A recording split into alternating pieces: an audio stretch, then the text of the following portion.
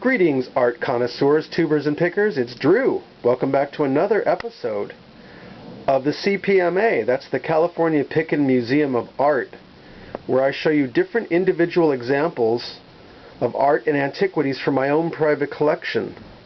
And this is just an amazing object today, you guys. Haven't been able to do much research on this because I just acquired it. But it's really phenomenal, and I'm really pumped up and excited about what this is. I'm going to need possibly some help discerning exactly where this is from and what this says and everything else. This is a very large, extra large, and super heavy solid wood mortar and pestle. And it appears to be from Africa. In my mind, this appears to be African. But what's puzzling is that there's some Islamic writing all hand carved all the way around this object. And I'm just going to have a hard time picking this up with one hand to discern what this writing says. Now I would imagine this is northern Africa. That's closer to the Middle East. And Egypt is in northern Africa. But look at this writing, guys. I do not read this particular style writing. There was a big debate in the store that I was in that was this Arabic or possibly Farsi, and there were a couple people in the store that actually spoke Arabic and Farsi, and they could not really discern exactly what this said. So I'm puzzled why they couldn't read that. I do not know, but it's possibly made out of ebony or ironwood. It's the heaviest gosh dang thing you ever felt. I think it's a piece of burl from a tree root, a tree knot. It's right there. And let me take my card out of there. But this thing has major age to it. Incredible patina. And this is the bowl part is called the mortar, and this is called the pestle. And this is a very long hand-carved pestle for grinding. So whatever you're grinding in there, I don't know, some type of spices or maize or what have you would be grinded in there. Possibly cassava, yucca, who knows? But this pestle appears to be, to me, not as old as, or in a different type of wood anyway, than this other darker wood. This is a lighter wood. And I do not know what country or what tribe carved this. I, in fact, own some Ashanti pieces and some pieces from Ghana and Ethiopia and what have you, but I just cannot discern where this is from. I'm going to have to do some more research on this, but it's really exciting.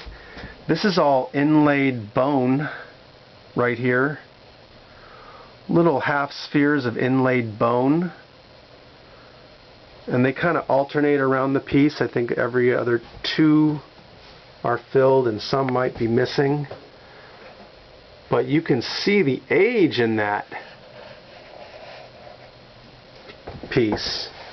And it just struck me as being so important that I could not pass it up. All this writing around here, you guys, all carved. So the level was all out here, and then the artist carved all this in there. Then there's inlaid metalwork, brass. All this is brass right here. All inlaid little brass pieces. on all these. I think this is an image of a fish. There's the fish with these little inlaid brass pieces. Let's go down here. There's this very old brass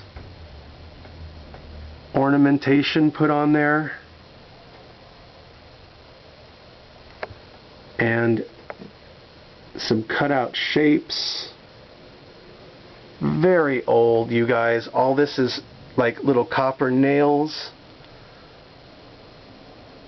Fantastic. You can just see the... I'm saying centuries. I'm saying this is at least 150 years old. And I would say probably even older. But just don't know. African art is weird because a lot of stuff can be faked.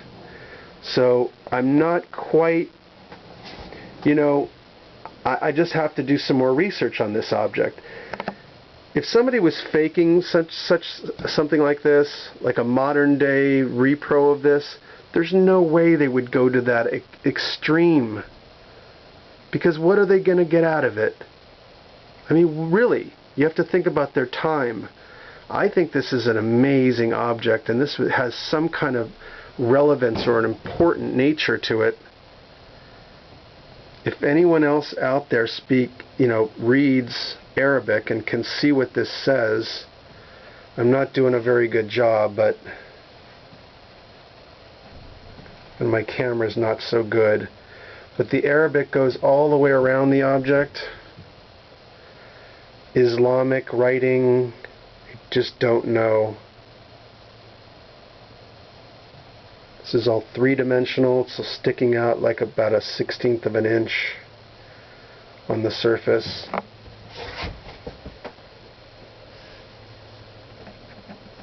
Fascinating. So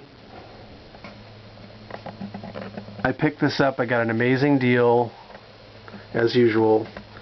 And we're just going to have to see what this is appraised at, because I think it's very important. And I just wanted to bring it to you guys on California Pickin'. Alright guys, don't be afraid to spring for something like this. A little more money than I'm used to paying, that's for sure. But when I saw something that looks like this, gotta go for it. So that's me, Drew, the California Picker. If you liked the video, please hit subscribe, hit like, leave your comments, and come on back to California Pickin'. Alright guys, keep on picking.